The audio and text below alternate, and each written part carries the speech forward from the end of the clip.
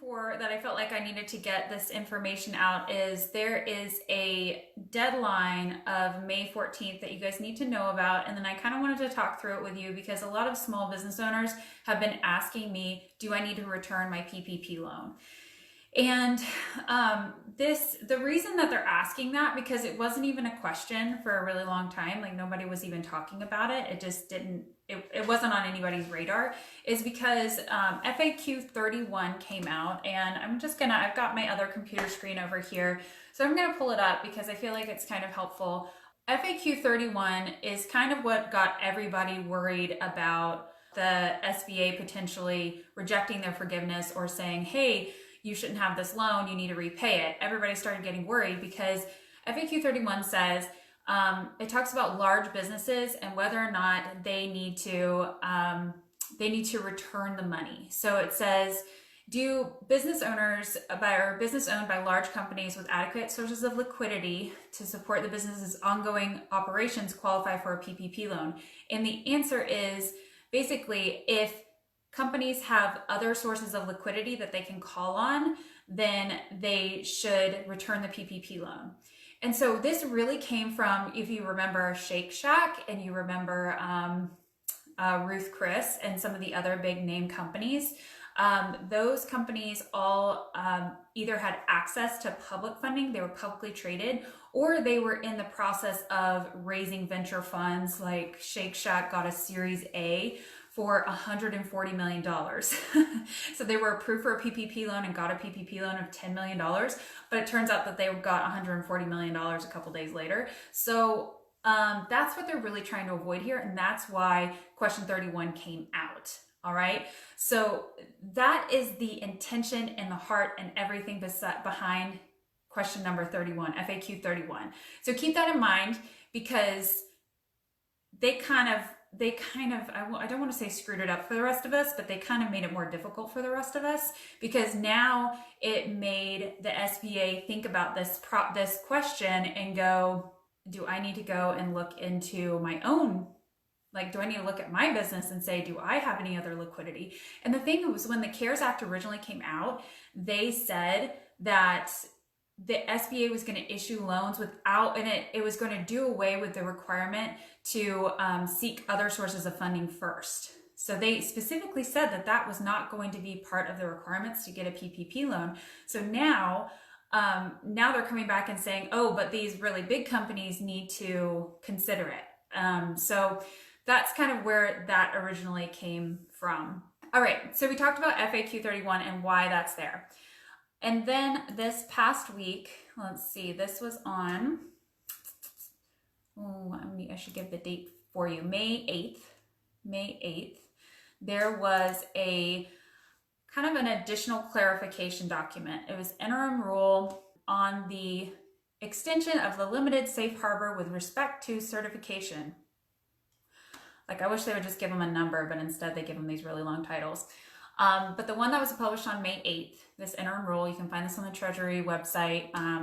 It basically states that businesses need to reevaluate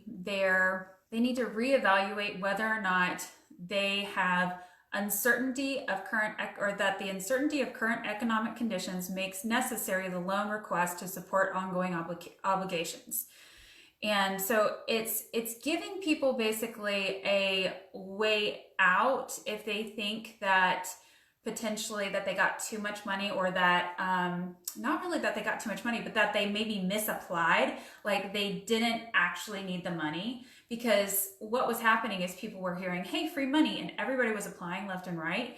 And also the certification standard was so low, it had this very basic, hey, do you have uncertainty in your economic situation? And it was like, I mean, everybody's got uncertainty in their economic situation, especially when you were applying for this. That was maybe even a month ago when you were applying for this. So it was really easy for almost everyone to certify yes on those certifications.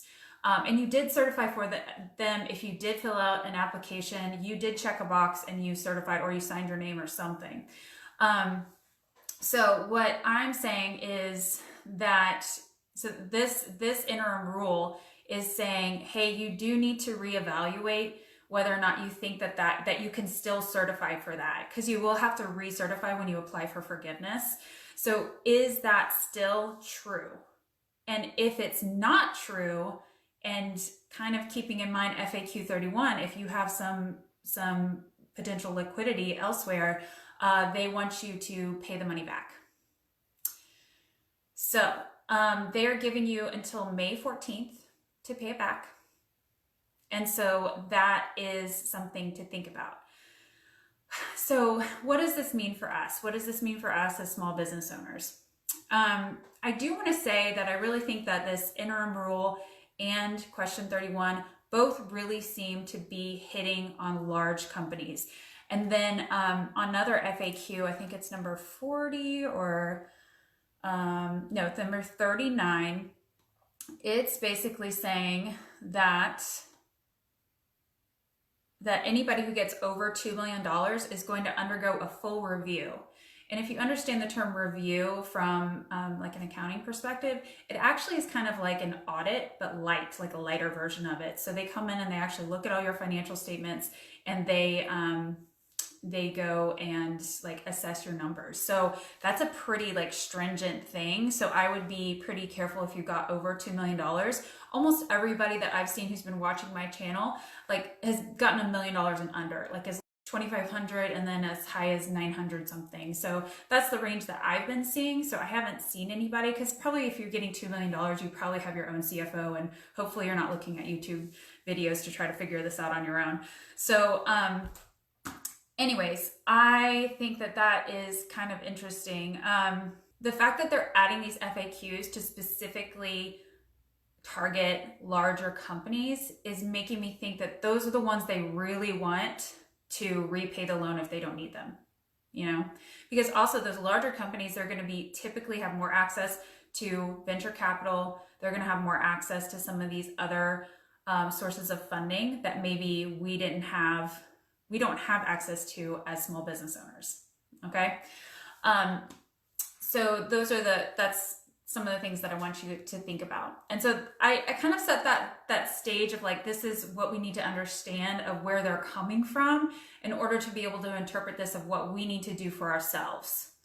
So when I'm looking at, like when I'm thinking about small businesses that I've been dealing with, there are a few situations where I am saying, hey, maybe it does make sense to repay the loan, but it's not a whole lot. So I kind of want to go through a couple things.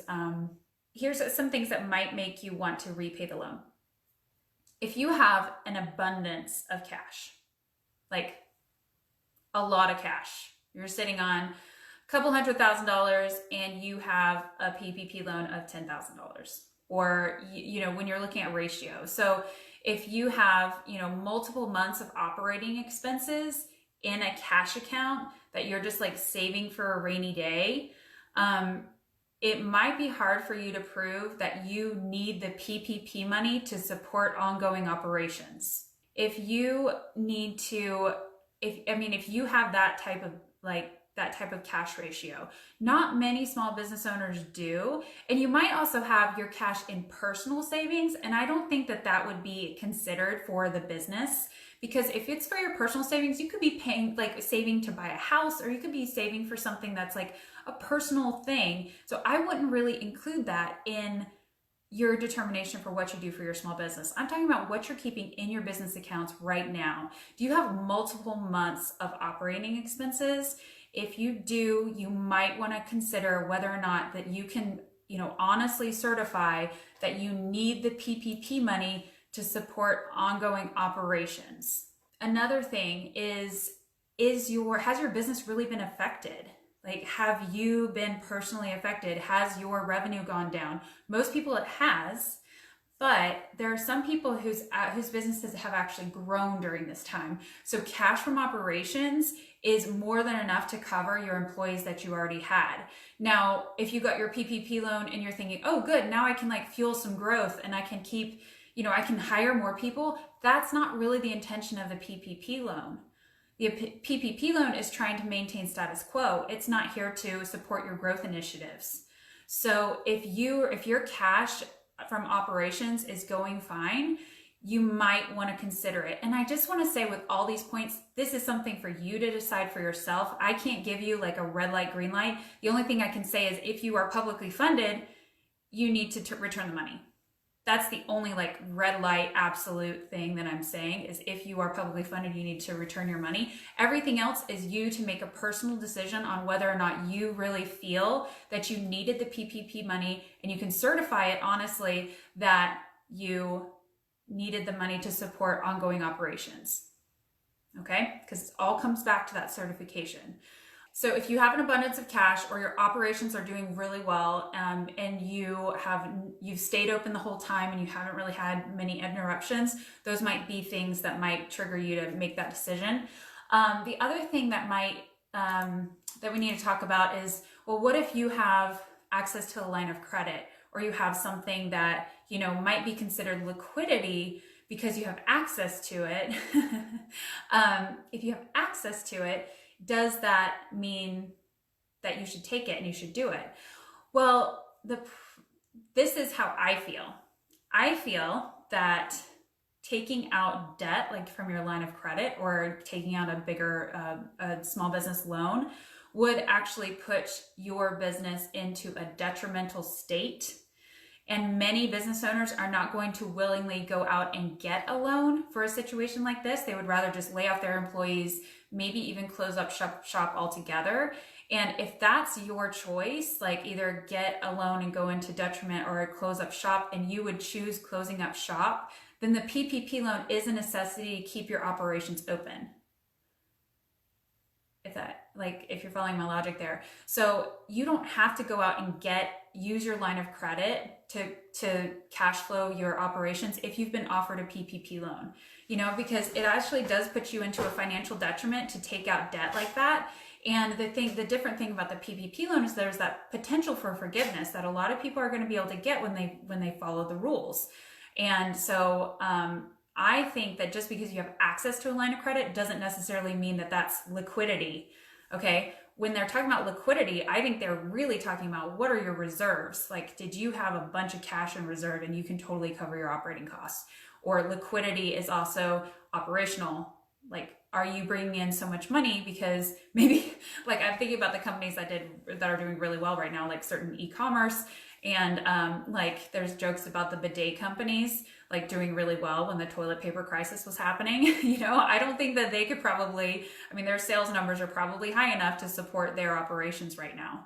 Okay, so the other thing you need to really think about is what your forecasts are looking like, because you might not want to take the PPP loan if your forecasts and what you think is going to happen in the future in your business is really, really dire.